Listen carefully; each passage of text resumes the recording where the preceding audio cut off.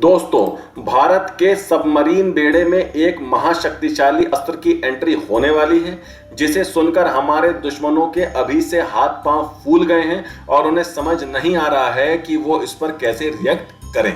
और भारत के इस महाशक्तिशाली अस्त्र का नाम है आईएनएस अरिघाट, जो कि एक सबमरीन है। तो खबर में आगे बढ़ने से पहले आपको ये बता दूं कि हम हमारे व्यूअर्स के लिए अपनी वीडियोस में आज से एक और भाग जोड़ने जा रहे हैं, जिसका नाम है अन्य मुख्य खबरें। आशा करता हूं आपको ये जरूर पसंद आएगा, इसीलिए वीडियो को अंत तक जरूर देखिए। तो वापस चलते हैं अपनी खबर के पहले भाग यानी रक्षा खबरों की तरफ। तो खबर ये निकल के आई है कि आईएनएस अरिघाट को इंडियन नेवी में कमीशन करने के लिए ग्रीन सिग्नल मिल गया है। अगले 1 या 2 महीनों के अंदर ये हमारी नेवी में शामिल कर ली जाएगी और पूरी तरह से ऑपरेशनल भी हो जाएगी। इंडियन ओशियन यानी हिंद महासागर में चीन की बढ़ती हुई गतिविधियों को देखते हुए इस सबमरीन को भारत के एक ट्रम्प कार्ड की तरह देखा जा रहा है।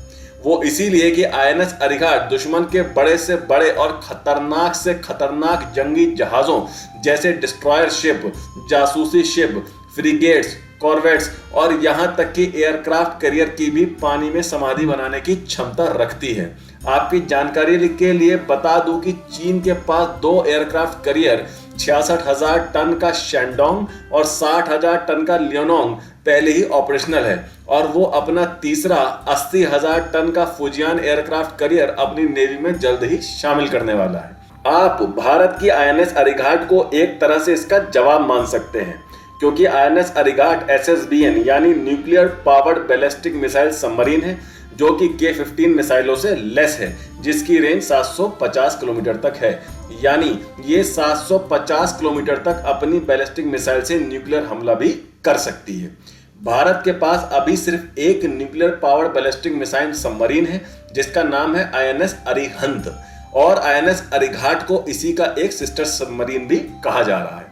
हालांकि आईएनएस अरिघाट आईएनएस अरिहंत से ज्यादा K-15 बैलिस्टिक मिसाइल कैरी कर सकता है और तकनीकी रूप से भी आईएनएस अरिहंत से ज्यादा एडवांस है।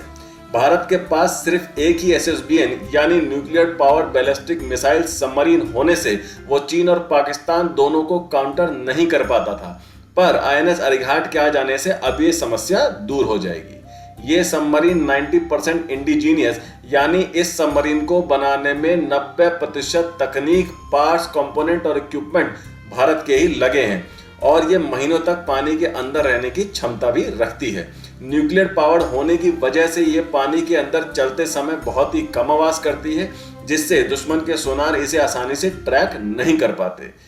इसमें बहुत ही एडवांस कम्युनिकेशन सिस्टम लगे हुए हैं, जिससे ये हमला करने के अलावा कई तरह के जासूसी मिशंस को भी आसानी से पूरा कर पाएगी। इसका वजन लगभग 6,000 टन है और इसे वाइजैक के शिपयार्ड में बनाया गया है। इस सबमरीन के आ जाने से भारत के न्यूक्लियर ट्रायड को और मजबूती मिलेगी। जिन्हें नहीं पता उन्हें बता दूं कि जमीन, वायु और पानी तीनों तरह से परमाणु हमला करने की क्षमता को न्यूक्लियर ट्रायड कहते हैं। तो क्या भारत यहीं रुक जाएगा? जी नहीं। आपको बता दूं कि 40,000 करोड़ के 2 और न्यूक्लियर पावर अटैक सबमरीन का अप्रूवल भी जल्द ही आने वाला है हमारी कैबिनेट कमेटी ऑन सिक्योरिटी की तरफ से। इसके अलावा आईएनएस आदि रमन एक और न्यूक्लियर पावर सबमरीन है, जिसका काम भी चल रहा है और आने वाले 1 या 2 सालों में यह भी भारतीय नेवी में शामिल हो जाएगी। इसमें K-4 SLBM यानी सबमरीन लॉन्च बैलिस्टिक मिसाइल लगेगी, जिसकी रेंज 3,500 किलोमीटर तक होगी। आप ऐसा समझ लीजिए कि आप इसे बंगाल की खाड़ी में कहीं भी खड़ा कर दीजिए और वहीं से ये चीन और पाकिस्तान दोनों को एक साथ निशाना बना सकती है, इतनी क्षमता होगी इसमें। चीन के सबमरीन बेड़े में लगभग 60 सबमरीन है, जिसमें से 6 SSBN हैं, और भारत की कोशिश ये है कि जल्द से जल्द चीन के इस नंबर को मैच कर लिया जाए, और सिर्फ मैच ही नहीं बल्कि आने वाले समय में हम इसमें चीन से आगे भी निकलें। तो ये तो था हमारी खबर का पहला और मुख्य भाग। अब चलते हैं दूसरे भाग यानी अन्य मुख्य खबरों की तरफ। तो पहली खबर यह है कि आईटीबीपी में नौकरी करने के इच्छुक उम्मीदवारों के लिए नई भर्ती आ गई है। हाल ही में Indo Tibet border police force यानी आईटीबीपी ने ग्रुप सी भर्ती का शॉर्ट नोटिस जारी कर दिया है। इस वैकेंसी के लिए उम्मीदवार 12 अगस्त 2024 से आईटीबीपी की ऑफिशियल वेबसाइट recruitment.itbpolice.nic.in पर जाकर आवेदन कर सकेंगे। एप्लीकेशन फॉर्म सबमिट करने की आखिरी तारीख 10 सितंबर 2024 है। तो दूसरी खबर यह है कि लखनऊ यूनिवर्सिटी में होने वाली है शिक्षकों की नियुक्ति। लखनऊ यूनिवर्सिटी में शुक्रवार को हुई कार्य परिषद की बैठक में 7 रेगुलर और 22 संविदा शिक्षकों की नियुक्ति को मंजूरी दे दी गई है। आप लखनऊ यूनिवर्सिटी की वेबसाइट पर जाके या उन्हें कांटेक्ट करके आगे की जानकारी इस पर प्राप्त कर सकते हैं।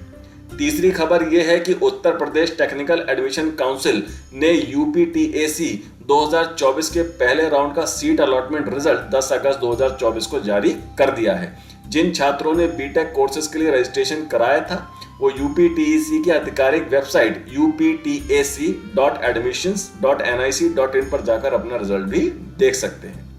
चौथी खबर यह है कि भारत के विदेश मंत्री एस जयशंकर मालदीव दौरे पर हैं और मालदीव के राष्ट्रपति मुइज्जू ने भारत की बहुत तारीफें की हैं।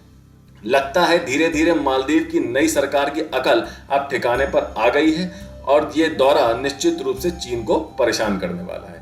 हमारी पांचवी और आखिरी खबर यह है कि बांग्लादेश में हिंदुओं पर हुए हमले और उसके बाद हिंदुओं के आंदोलन और इस आंदोलन को पूरी दुनिया से मिलता सपोर्ट देख ढाका में अब सभी मंदिरों के रास्ते पर आर्मी तैनात कर दी गई है, जिससे अब कोई भी उपद्रवी वहां के मंदिरों को नुकसान ना पहुंचा सके, जो कि एक बहुत ही अच्छी बात है।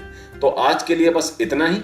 वीडियो को लाइक करें, शेयर करें और जिन्होंने अब तक नहीं किया वो बेल आइकन दबाकर अभी चैनल को प्लीज सब्सक्राइब जरूर कर लें। मिलते हैं अगली खबर के साथ जल्द ही। Take care. जय हिंद।